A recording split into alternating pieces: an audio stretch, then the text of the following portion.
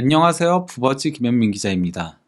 김민재 선수가 지난 주말 AC 밀란하고의 경기에서 3골 실점에 직간접적으로 관여하면서 나폴리 이적 후 최악의 경기력을 보였습니다. 하지만 그럼에도 김민재 선수의 주가는 떨어질 줄 모르고 있습니다. 맨유와 리버풀, 토트넘 같은 명문 구단들은 물론 뉴캐슬까지도 김민재 선수 영입을 고려하고 있는데요. 김민재 선수와 관련한 평가와 그리고 또 이제 뉴캐슬 이적설과 관련한 내용까지 소개를 시켜드리도록 하겠습니다. 먼저 2006년 발롱도르 수상자죠. 이탈리아 역대 최고의 센터백들 중에 한 명으로 불리는 칸나바로가 유럽 스포츠 스트리밍 업체인 다즈나구의 인터뷰에서 김민재 선수를 칭찬을 했는데요. 뭐라고 했냐면요. 그는 중국에서 뛰었기에 난 그를 이전부터 알고 있었다. 실제 그 칸나바로가 광저우 감독직을 수행하고 있을 때 김민재 선수가 베이징 거안에서 뛰고 있었죠. 그러면서 이제 뭐라고 했냐면요. 그는 비범한 수비수이고 재능을 입증하고 있다. 그는 1대1 수비는 물론 팀 단위 수비도 할 줄 아는 선수다. 매우 빠르고 집중력도 좋다. 그는 확실히 유럽 최고의 수비수 중 한 명이고 밀란전에 실수했어도 이 사실엔 변함이 없다라고 얘기했습니다. 즉 밀란전 실수는 한 경기에 불과하다는 거죠. 그동안 보여준 게 있기 때문에 여전히 유럽 최고의 센터백이라고 한 겁니다. 그리고 이제 그 마시모 모라티 전 인테르 구단주 있잖아요.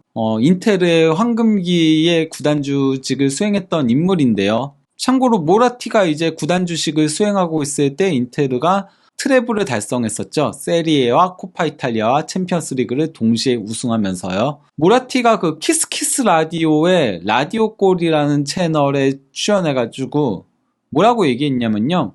나폴리는 세리에와 챔피언스 리그에서 동시에 우승을 목표로 할 수 있는 팀이다.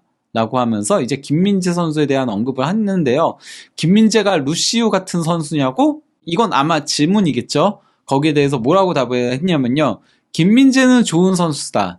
그는 나에게 왈테르 사무엘을 많이 연상시킨다. 그는 좋은 캐릭터를 가지고 있다라고 했는데요. 일단 루시우는 인테르 트래블 주역이었죠. 그리고 브라질 대표팀으로 2002년 월드컵 우승을 차지하기도 했었고요.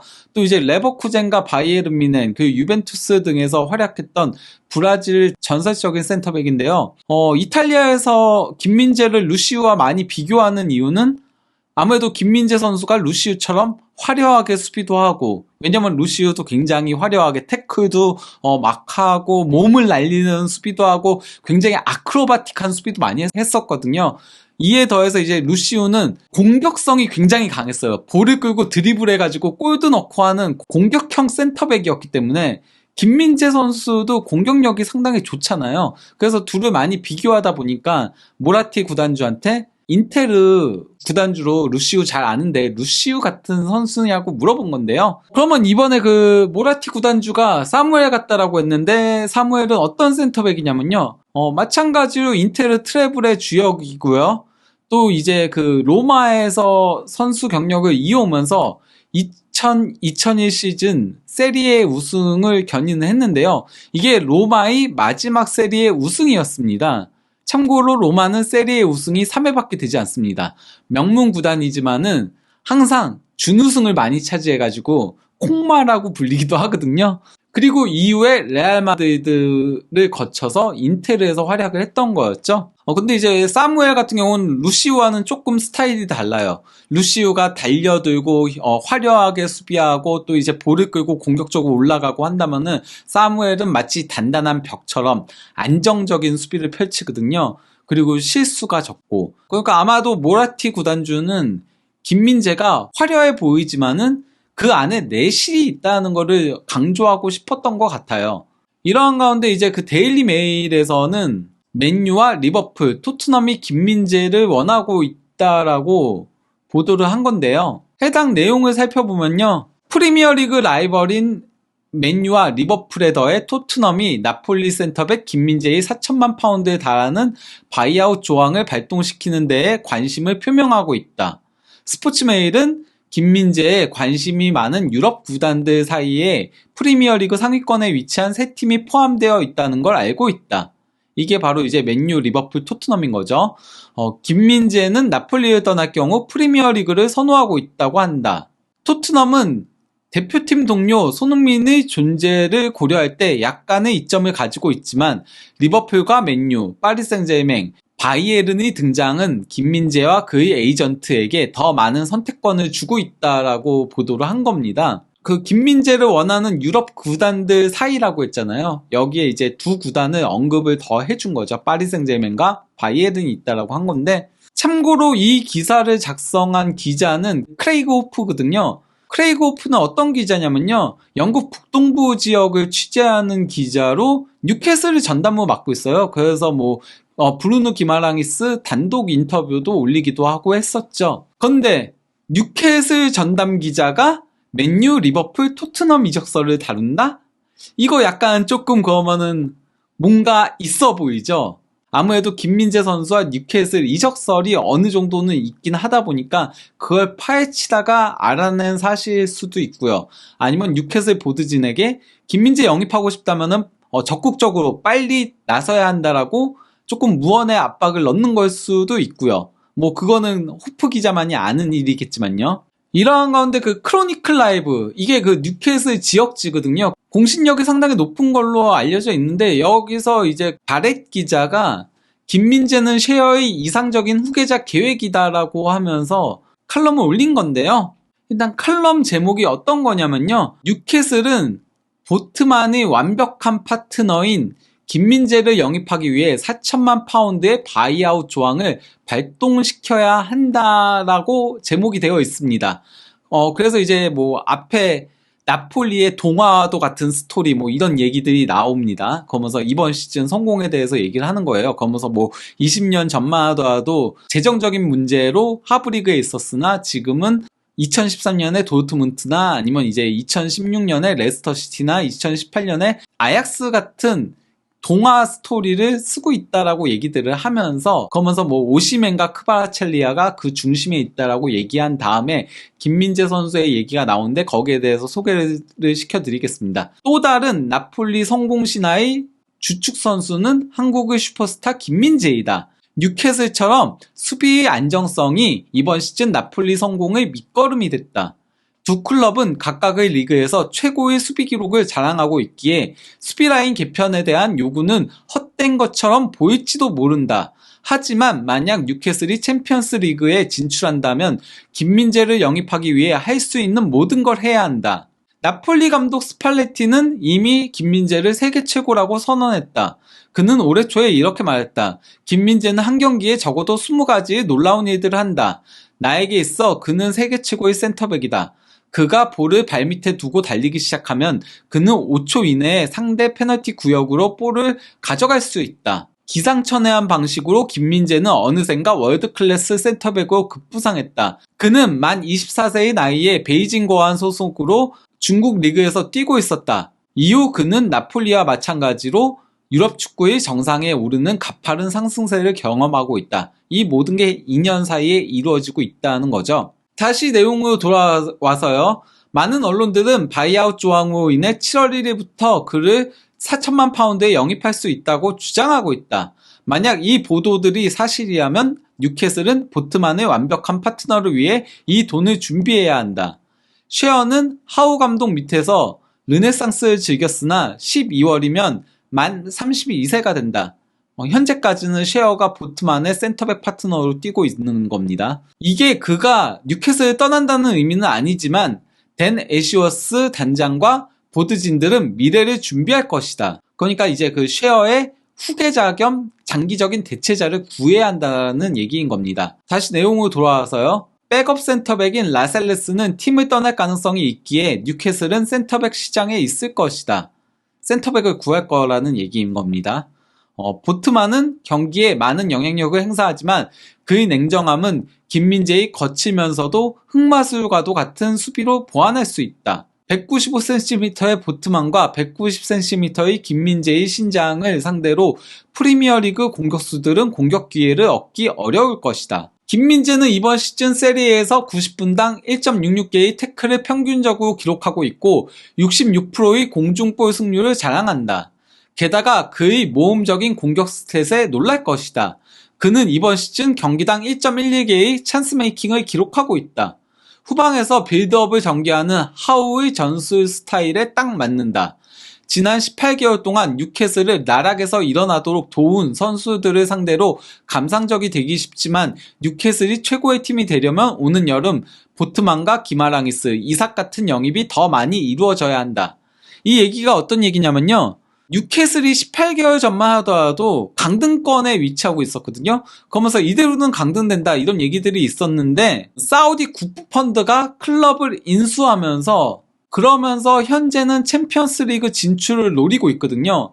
거기다가 이제 이것이 가능했던 거는 보트만과 기마랑이스, 이삭 같은 스타 플레이어들을 영입하고 또 이제 트리피어라던가 덴번 같은 검증된 선수들을 영입했던 게 크게 작용했기 때문에 뉴캐슬이 프리미어리그 우승에 도전하려면은 그러면은 스타 플레이어를 영입해야 된다는 겁니다. 그 대상으로 김민재 선수를 언급하고 있는 거고요. 다시 내용으로 돌아와서요. 챔피언스리그 진출 여부가 김민재를 영입할 수 있는 열쇠로 작용할 것으로 보이지만 지난 여름 밀란을 제치고 보트만을 영입했던 데에서도 알 수 있듯이 뉴캐슬은 챔피언스리그 진출권 없이도 김민재를 유혹할 수 있다. 김민재와 보트만은 함께 보유하고 있는 것이 프리미어리그에서의 지배력을 추구하는 뉴캐슬을 새로운 단계로 이끌 것이다 라고 한 겁니다. 실제 지난 여름에 보트만은 밀란을 가고 싶어 했거든요. 하지만은 밀란에서 릴이 원하는 이적료를 맞춰주지 못했기 때문에 결국 뉴캐슬이 영입하는 데 성공을 했었죠. 그리고 이 영입은 대박으로 이어졌고요. 그러면서 현재 뉴캐슬이 프리미어리그 최강의 수비를 자랑하고 있는데요. 일단 현재 뉴캐슬은 승점 50점으로 3위에 위치하고 있는데요. 스카이 스포츠는 뉴캐슬의 챔피언스리그 진출 확률을 67%로 보면서 챔피언스리그 진출 가능성을 높게 보고 있습니다. 네 번째로 높게 보고 있는 겁니다. 1위 아스날과 2위 맨시티는 100%의 확률로 챔피언스리그에 나간다라고 봤고요. 그 다음에 세 번째로 높은 확률이 바로 맨유입니다. 왜냐면은 맨유가 토트넘보다 골 득실에서 밀리고 있지만 두 경기를 덜 치렀거든요. 그리고 뉴캐슬 역시도 두 경기를 덜 치른 상태에서 승점 50점으로 4위 토트넘과 승점 동률이니까 4위 이내에 들 가능성이 높다라고 본 겁니다. 이러한 가운데 이제 뉴캐슬의 잔여 일정을 보면 나름 괜찮은 편이에요. 최근 상승세의 팀인 에스턴 빌라 원정과 토트넘하고의 홈경기, 그리고 아스날하고의 홈경기, 그리고 마지막으로 첼시 원정 경기가 다소 까다롭다고 할 수 있지만은 현재 기세만 놓고 보면은 도리어 에스턴 빌라 원정과 아스날 홈경기 제외하면은 그렇게 까다로운 경기가 없다라고 할 수도 있을 정도죠. 뉴캐슬이 현재 3위를 달릴 수 있는 데에는 최강 수비에 있습니다. 뉴캐슬은 경기당 0.7골을 허용하면서 프리미어리그 전체 팀들 중에서 최소 실점을 자랑하고 있습니다. 다만 뉴캐슬의 센터백 라인이 그렇게 뎁스가 깊다라고 볼 수는 없는데요. 보트만과 셰어라는 단단한 센터백 조합을 구축하고 있긴 하지만요. 센터백 숫자가 전체 4명밖에 되지 않고요. 심지어 덴버는 현재 뉴캐슬에서 이번 시즌 왼쪽 풀백으로 주로 뛰고 있습니다. 라셀레스는 뉴캐슬급 센터백이라고 보기 어렵고요. 실제 이번 시즌 뉴캐슬 센터백들의 출전 경기 수를 보면요. 쉐어가 25경기로 가장 많고요. 그 다음에 보트만이 24경기로 그 뒤를 잇고 있고요. 덴버는 왼쪽 풀백으로 뛰다 보니까 센터백으로는 3경기 출전이 전부고 라살레스가 2경기를 뛰고 있습니다. 거기다가 센터백과 풀백의 조합을 놓고 보더라도 김민재가 필요해요. 트리피어는 굉장히 공격적인 풀백이거든요. 사실상 윙처럼 올라가가지고 뉴캐슬의 측면 공격을 책임지고 있는데요. 그러면은 김민재가 빠른 발과 넓은 커버로 트리피어의 뒷공간을 커버해줘야죠. 반면에 덴버는 센터백 유형의 선수다 보니까 보트만이 안정적으로 수비 라인 조율하는 역할을 수행을 하고 있는 거고요.